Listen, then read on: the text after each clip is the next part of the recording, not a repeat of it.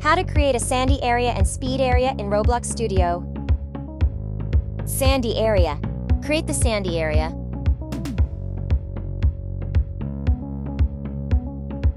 Add a script to the sandy area. Writing the script.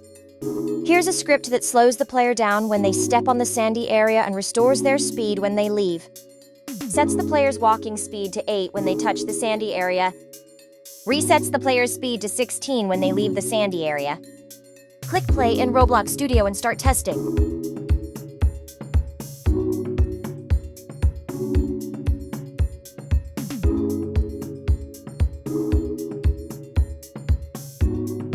Speed area. Create the speed area.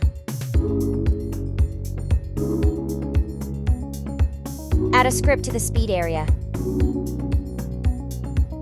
Writing the script. You can use the previous script, modify it a bit to make the player walk faster instead of slower. Sets the player's walking speed to 32 when they touch the speed area. Resets the player's speed to 16 when they leave the speed area. Click play in Roblox Studio and start testing.